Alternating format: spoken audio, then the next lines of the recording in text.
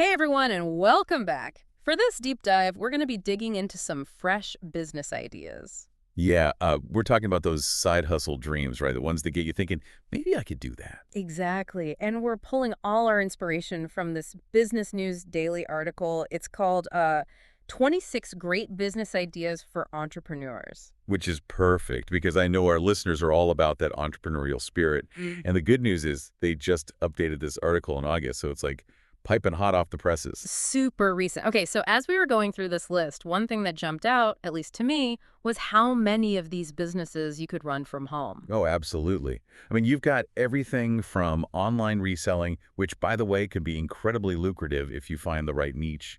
Right, or like even pet sitting, which like who doesn't love the idea of cuddling puppies for a living? And then there's, the more tech-savvy options like online bookkeeping or even app development. It's kind of amazing to think you could build a whole empire from your kitchen table, right? It really speaks to this whole shift we're seeing towards work-life balance, people wanting more flexibility, more control over their schedules. Totally. And as learners, that efficiency, that autonomy, it's kind of in our DNA, right? Absolutely. Yeah. And I think this trend is only going to get stronger if people are realizing they don't have to be tied to a traditional 9 to 5 to be successful. So true. Okay, so we've got the work from home thing, but then the other big trend that jumped out was the specialized Oh, services. yeah. This one's huge. Like the article mentioned medical career services, translation, super niche digital marketing. And that makes sense, right? Hmm. As industries evolve, they become more complex. There's just more demand for expertise in very specific areas. It's not enough to be good anymore. You got to be the best at one very particular thing. Right. Like, the more specialized your skill set, the more valuable you become in this market. It's like the opposite of a jack of all trades. So we've got all these cool ideas, right? But how do you actually turn them into like a real business? Well, that's the million-dollar question, isn't it? Yeah. And one thing Business News daily hammered home was this idea of an unmet need. Oh yeah, they mentioned that a lot. Did that resonate with you? Totally. Because it's so true. Like, the best businesses solve a problem for people. Right. It's not just about like selling something, it's about filling a gap, you know? Exactly. And they gave that perfect example of, what was it, professional Oh organizers? yeah. Like, a few years ago, who would have thought that would be such a booming business? Right. But then, minimalism became this huge trend, and suddenly everyone's like, wait, I have way too much stuff.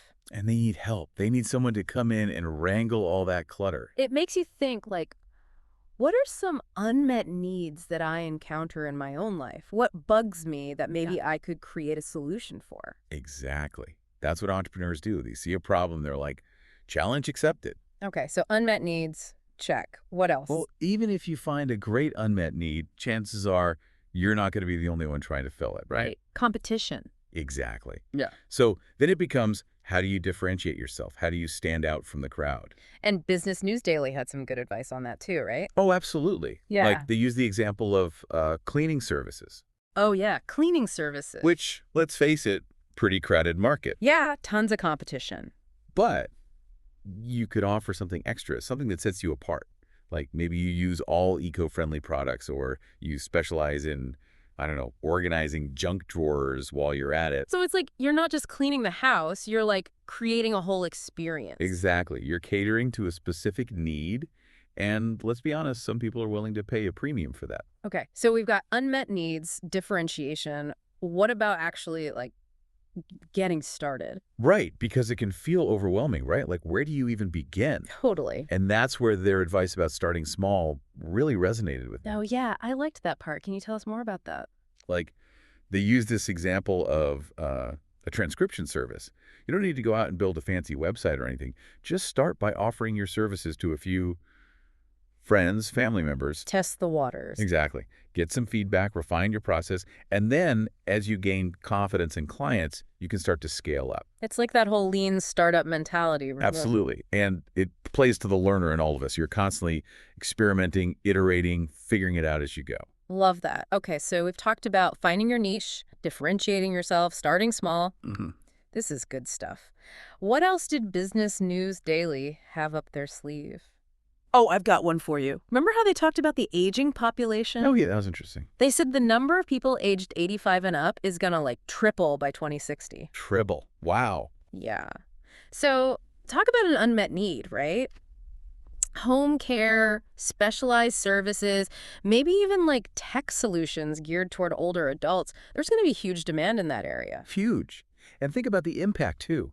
Helping people maintain their independence, their quality of life as they age. It's like you could build a successful business and make a real difference in the world. And that ties into something else they mentioned that really resonated with me. Finding a business that brings you not just profit, but also happiness and stability. Oh, yeah. Those 3 pillars. I like that part. It's easy to get caught up in the money side of things. Yeah. But ultimately, it's about finding something that aligns with your values, your passions. Yeah. Success means different things to different people, right? Absolutely. Like for some people, it might be financial freedom. For others, it might be having the flexibility to travel or spend more time with their families. Right, or maybe it's about being your own boss, having creative control. The point is, there's no one-size-fits-all definition of success. Which kind of brings us back full circle to everything we've been talking about, right? It does. It all comes down to knowing yourself, your strengths, your values, and then finding that sweet spot where your passions intersect with a real need in the market. And then, boom, you've got yourself a business. Exactly. And who knows, maybe even a thriving one. So for all you learners out there, don't just let this information sit there. Think about what really sparked your interest today, what got your wheels turning. Maybe jot down a few notes, do a little research, see where it leads. Because the most important step is the first one. Absolutely. Yeah. You never know what amazing opportunities might be waiting for you just around the corner. Couldn't have said it better myself. Thanks for diving into these business ideas with me. Anytime. This was fun. Until next time, keep those entrepreneurial dreams alive, and we'll be back soon with another deep dive.